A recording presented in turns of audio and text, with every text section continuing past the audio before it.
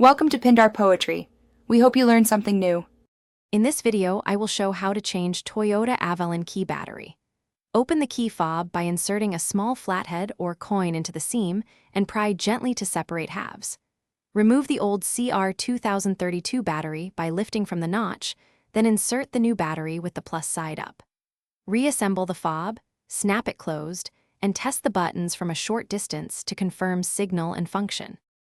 Start by laying out a clean towel and gathering a CR2032 battery and a small flathead screwdriver. Carefully open the fob at the seam and lift the circuit board just enough to access the battery. Remove the old battery and note its orientation, then place the new CR2032 with the plus side facing out. Snap the case closed firmly and press each button to confirm remote lock, unlock, and trunk functions work normally. Quick recommendation: make meal prep easy with leak-proof containers that keep food secure and save time on busy days. If you are finding this video helpful, please subscribe and like so I can keep sharing useful car tips. I picked these containers for convenience and sturdiness, and they pair nicely with a trunk organizer for road trips.